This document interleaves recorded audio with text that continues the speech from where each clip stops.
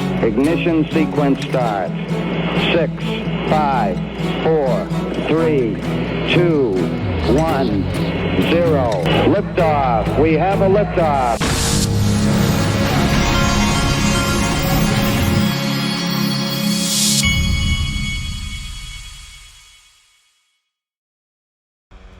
Hey everybody, this is the Digital Asset Investor, and I got people asleep in this house, and I'll get in trouble if I talk too loud. Now, today is election day, and on election day we need to replay this. On day one, I will fire Gary Gensler and appoint a new SEC chairman.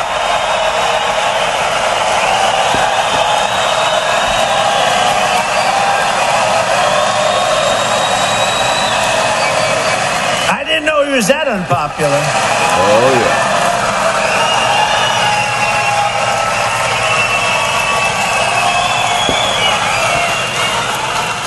I didn't know he was that unpopular. Let me say it again. On day one, I will fire Gary Gensler. Whoa.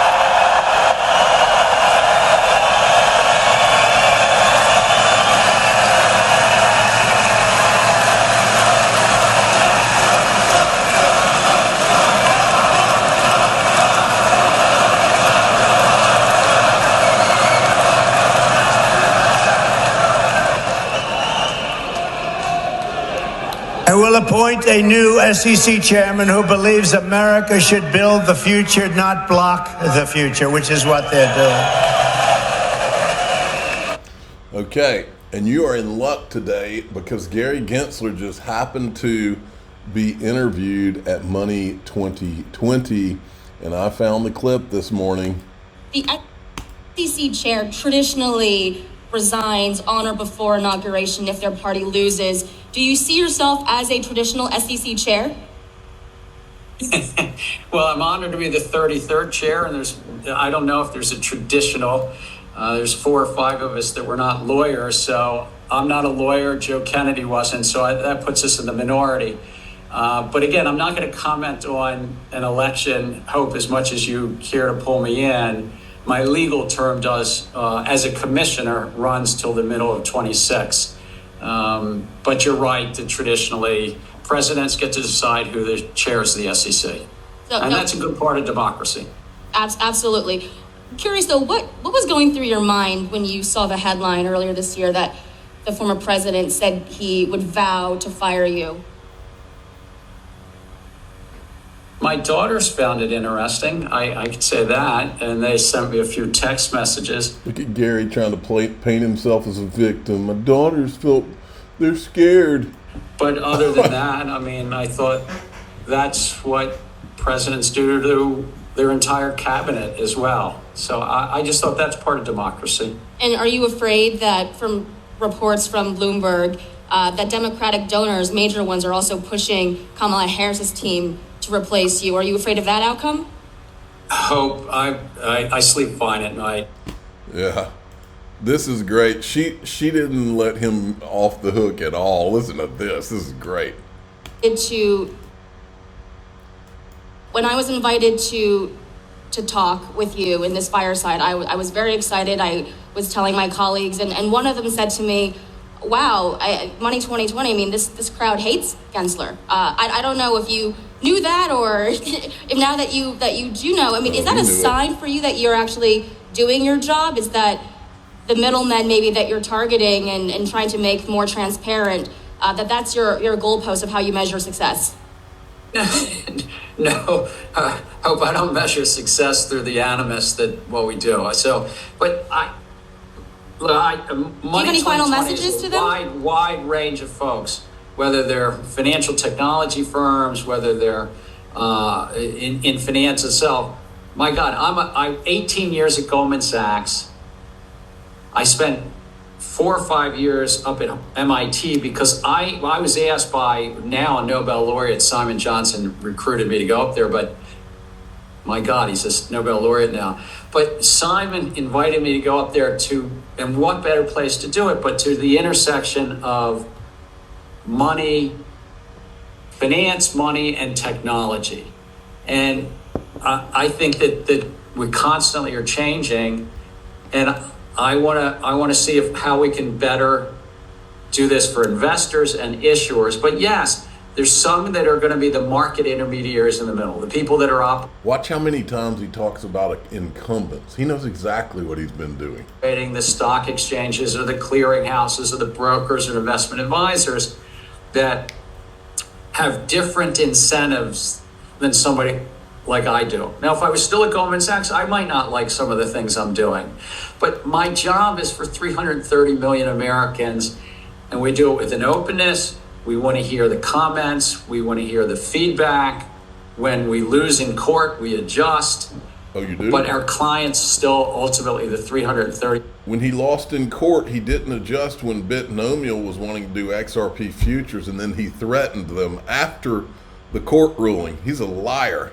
Million Americans and the entrepreneurs in the room that are trying to start out and access capital and take on the incumbents. See, he brings up the incumbents a lot because he knows exactly what he's been doing, trying to protect them. He and Elizabeth Warren. And I have deep respect for the trade associations as well, but sometimes their associations are, have the large incumbents that are important members for them. So, but keep the comments coming. Sure has incumbents on the brain, doesn't he? Check this out. Here's another repercussion of the election. Ross Ulbricht is going to be set free most likely if Trump wins. Another good thing. Probably nothing from Bitwise tokenized U.S. Treasuries. And they're showing, isn't that a hell of a solution to the problem when you're worried about China and Russia and some of the major countries dropping your treasuries? All of a sudden, you have all these stablecoin, private stablecoin creators that can buy them all up. Isn't that convenient? Here's the kid. Is because I was with a bunch of no coiners last night. People asking about Bitcoin and couldn't convince themselves to buy it. And the number one thing people keep saying is, I'm just late. I'm late to the game. And I love this is a new idea, is thinking you're late to Bitcoin is an ego test. It's just your ego fooling with you. Because late to who? Bitcoin, there is no one taking attendance. Bitcoin isn't even a human. It's a piece of software. It can't take attendance. It doesn't know time. It has no idea when you showed up. It doesn't even give a shit about who you are. I believe he's about to say that he's going to start selling Bitcoin pizza boxes and that money is stored energy. I don't think I can listen to anymore. But I can listen to some adults. Las Vegas. This is the year's flagship fintech event where the biggest names in payments talk about what's next for the industry. And this year, what's on everybody's mind is stablecoins, that subset of cryptocurrencies pegged to the value of a real-world asset, which is now virtually synonymous with the U.S. digital dollar. I think what's really interesting at this Money 2020 this year is that everybody is talking about fintech. Everybody's diving into the stablecoin industry, stablecoin market. Everybody's focused on integrating finance and technology. It's finally come to this really big place where everybody's getting involved, the big players and small players. This is going to be the first year where stablecoins actually settle more than Visa, which is mind-blowing to think about. And I think stablecoins and crypto more broadly have just become much bigger than most people realize. We still see a lot of aha moments when you tell people how big the stablecoin market has gotten, how big crypto has gotten. You tell them 600 million people are already using crypto and their head explodes. Stripe just announced in the last week that it wants to buy a stablecoin infrastructure company for $1.1 billion, an acquisition that many say is designed to help the $70 billion fintech giant diversify its way of facilitating payments. Right now, Visa and MasterCard dominate. They also charge a per transaction fee to a payment processor like Stripe. But with stablecoins, transactions can cost less than a penny and happen virtually instantaneously. This crypto payment rail has been gaining momentum and attention from some pretty notable names in the business. Earlier this month, Visa announced VTAP, or the Visa Tokenized Asset Platform, which is making it easier for banks to launch their own stablecoins. Blockchain giant Ripple is launching its own stablecoin, as is BitGo. And even PayPal launched a US dollar-pegged coin called PYUSD over a year ago as legacy players look to tap into this new technology. Stablecoins are the bridge between the crypto ecosystem and the traditional financial system. And that's why you see the leading fintechs, right? Stripe and PayPal and Visa and others really lean into the use of stablecoins. The question now is whether the big credit card companies will follow suit with their own rival stablecoins.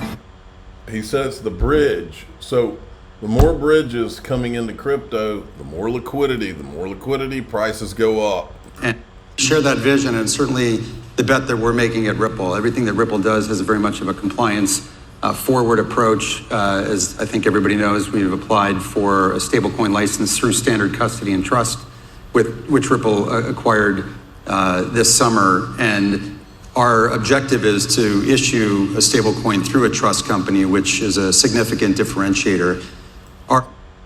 Okay, so that's Jack McDonald, who now is running the Real USD project, formerly PolySign. Now, let's see, I'll see what this is.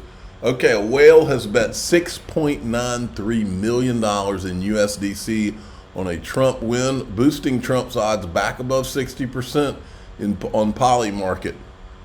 All right, now I'm gonna, in DAIXRP.com, I'm gonna make my election prediction, but I have two election predictions. One is what's gonna happen, and two is some of the fallout after what happens. I'm the digital asset investor. I'm not an investment advisor. This is for entertainment purposes only. Please subscribe, hit the like button, tell your friends and family. Away we go.